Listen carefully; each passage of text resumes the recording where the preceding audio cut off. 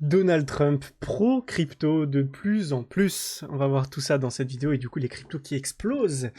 Qu'est-ce qui va se passer sur cette fin d'année, pour ce début d'année 2025? On va voir tout ça ensemble dans cette vidéo spéciale du 24 décembre. J'espère que vous allez tous très bien, que vous allez passer des super fêtes. En tout cas, moi je suis vraiment très content de la tournure qu'a pris cette chaîne crypto, sur laquelle je me suis beaucoup plus recentré sur cette deuxième partie d'année 2024. J'ai mis de côté mes autres projets, je les ai délégués pour pouvoir me focaliser à 100% sur la chaîne crypto, ou quasiment à 100%, et c'est vraiment trop bien entre toutes les personnes qui regardent la chaîne, les commentaires que je reçois, les élèves également que j'accompagne en individuel pour constituer leur portefeuille, définir avec eux précisément les zones de vente pour qu'ils soient sûrs de ne pas rater leur bull run. Franchement, ça me fait vraiment plaisir, sans compter bien évidemment, je le redis encore, mais les élèves également que j'accompagne en trading depuis maintenant plusieurs mois.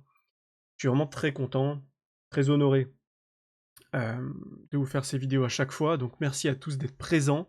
Si vous n'êtes pas abonné, bah, n'hésitez pas à vous abonner, à faire partie de cette belle chaîne YouTube qu'on est en train de constituer tous ensemble, et des super retours.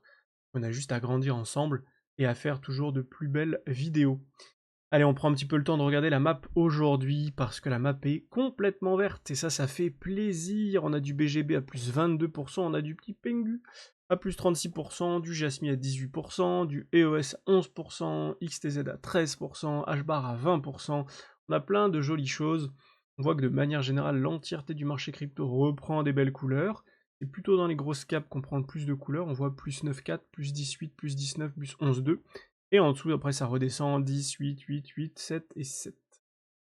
Donc c'est plutôt cool, on a des belles couleurs et ça fait plaisir.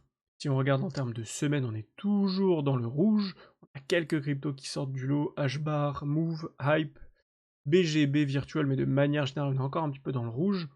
Après, bien sûr, si on prend de plus en plus de recul, en mensuel, on est extrêmement positif, et en annuel, bon, c'est n'importe quoi.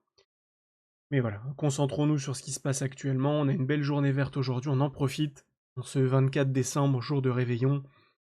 Encore une fois, profitez tous de vos proches. Prenez le temps, déconnectez un peu des écrans. Je vous fais une vidéo maintenant spéciale justement pour vous tenir au courant. Mais voilà, restez pas trop sur les écrans. Ça sert à rien d'aller sur TradingView toutes les 2 secondes pour regarder si votre portefeuille s'est apprécié ou pas. Prenez du recul. Définissez des ordres de vente comme on fait au quotidien et ça se passera très bien. Alors, ce qu'on va regarder aujourd'hui, nous, c'est ce qui s'est passé autour de Trump.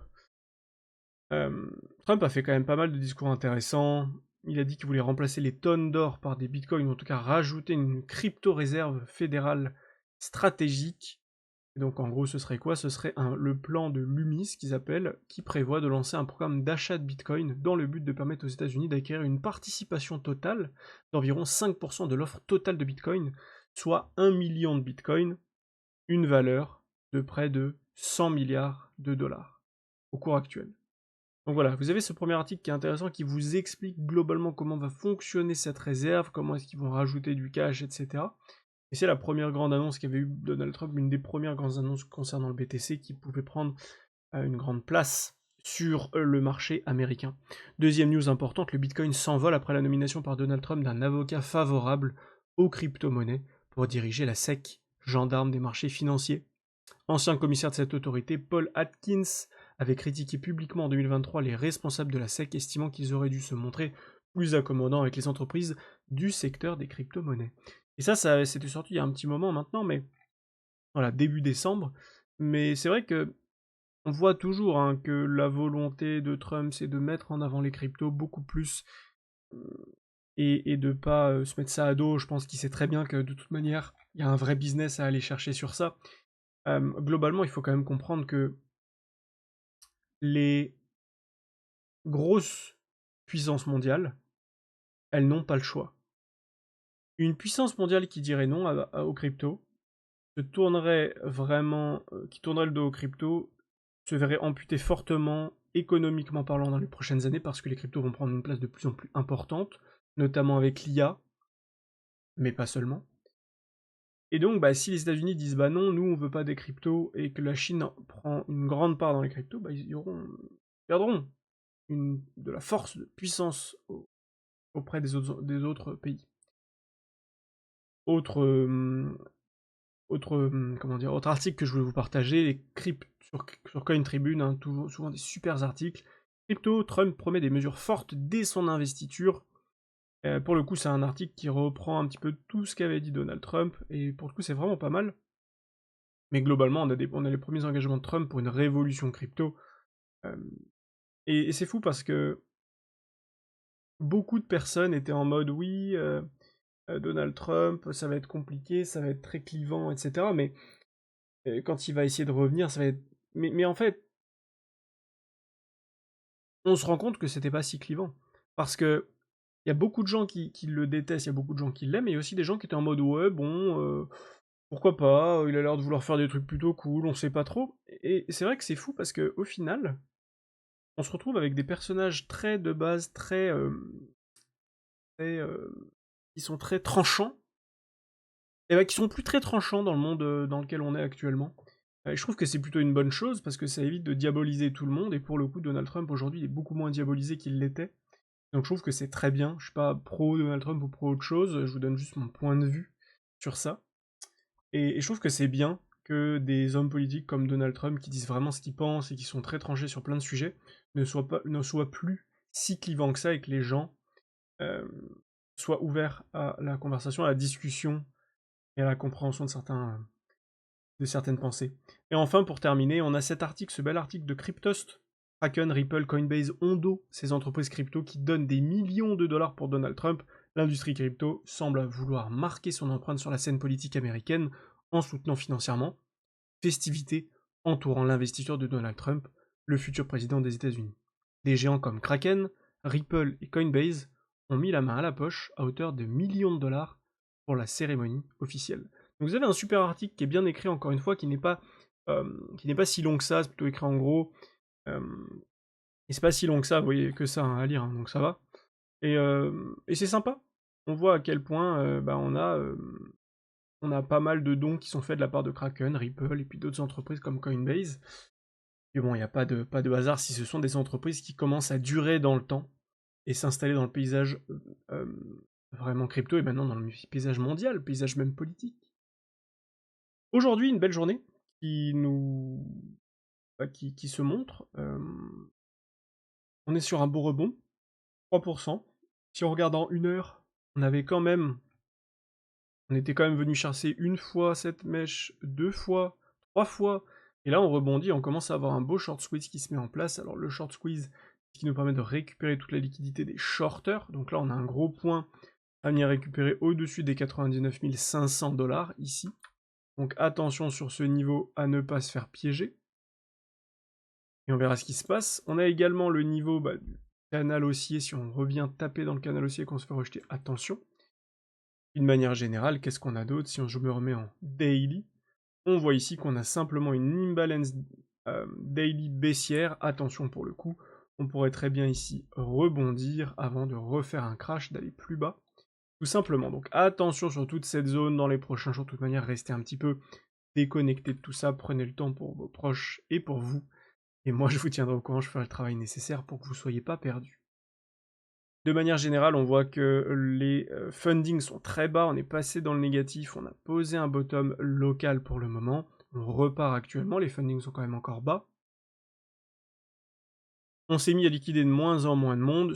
Alors là, sur les liquidations et sur l'open interest, je vous ai mis open interest et liquidation sur les cryptos, hormis le BTC et hormis l'ETH.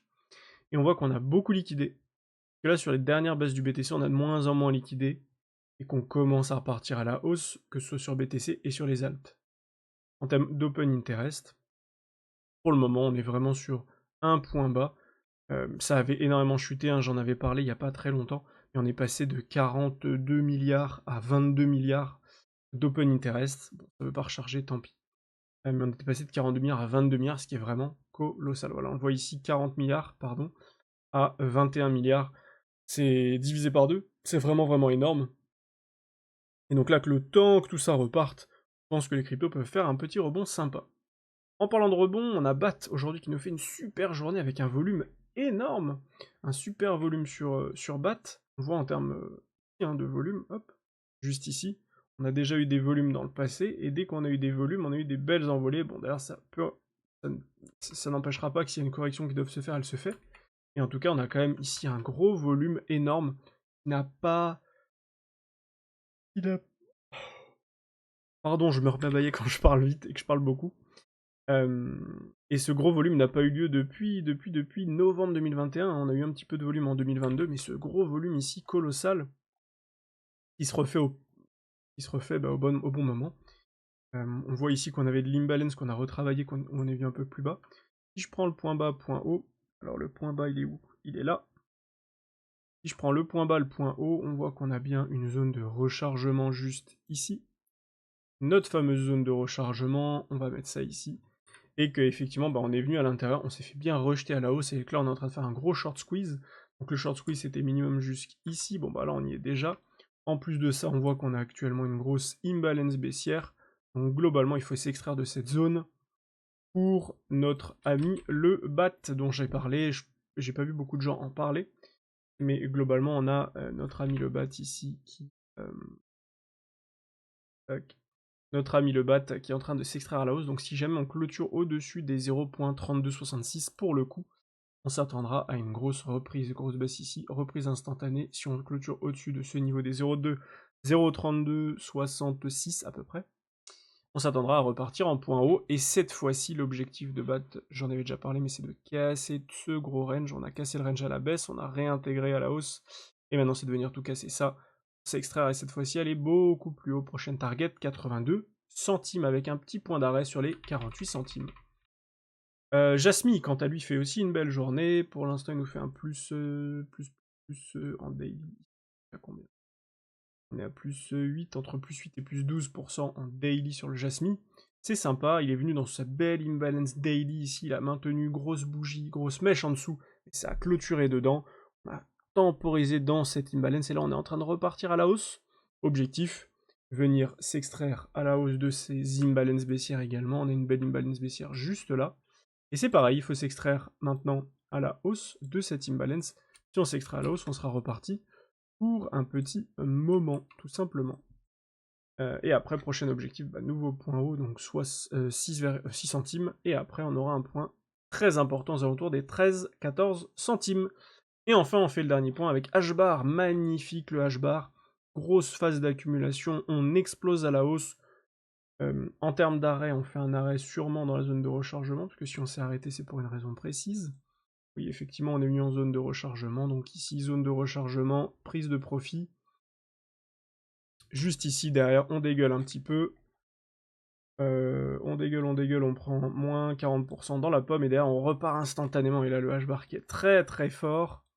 On a toujours une imbalance baissière qui maintient pour l'instant le prix en mode flat. Une imbalance daily ici, bien évidemment, baissière. Si on s'extrait à la hausse et on est à deux doigts de le faire, prochaine target, nouveau point haut local, et donc revenir au-dessus des 40 centimes, s'extraire de cette zone de rechargement, et ensuite on aura bien évidemment un ATH sur H-bar. Donc très solide, très fort. Voilà, encore une fois, je vous souhaite de très bonnes fêtes, profitez bien de tous vos proches, je vous referai des vidéos le plus possible, peut-être demain, mais en tout cas à partir du 26 c'est sûr. Moi je vous fais plein de bisous, je vous envoie plein de force, plein de love. Pour ceux qui veulent monter en compétences, bien évidemment, prenez rendez-vous avec moi, j'ai encore quelques places dans mon agenda pour cette fin d'année. Et puis voilà, si vous voulez être sûr de ne pas rater votre bull run, faites les choses intelligemment, correctement, en prenant le temps, et ne faites pas comme beaucoup de gens à vouloir juste faire des x10 dans tous les sens et à écouter ceux qui vont vous dire que tout c'est x10, x20. Je vous envoie plein d'amour, je vous souhaite de passer d'excellentes fêtes, et je vous dis à très vite pour de prochaines vidéos. Ciao ciao.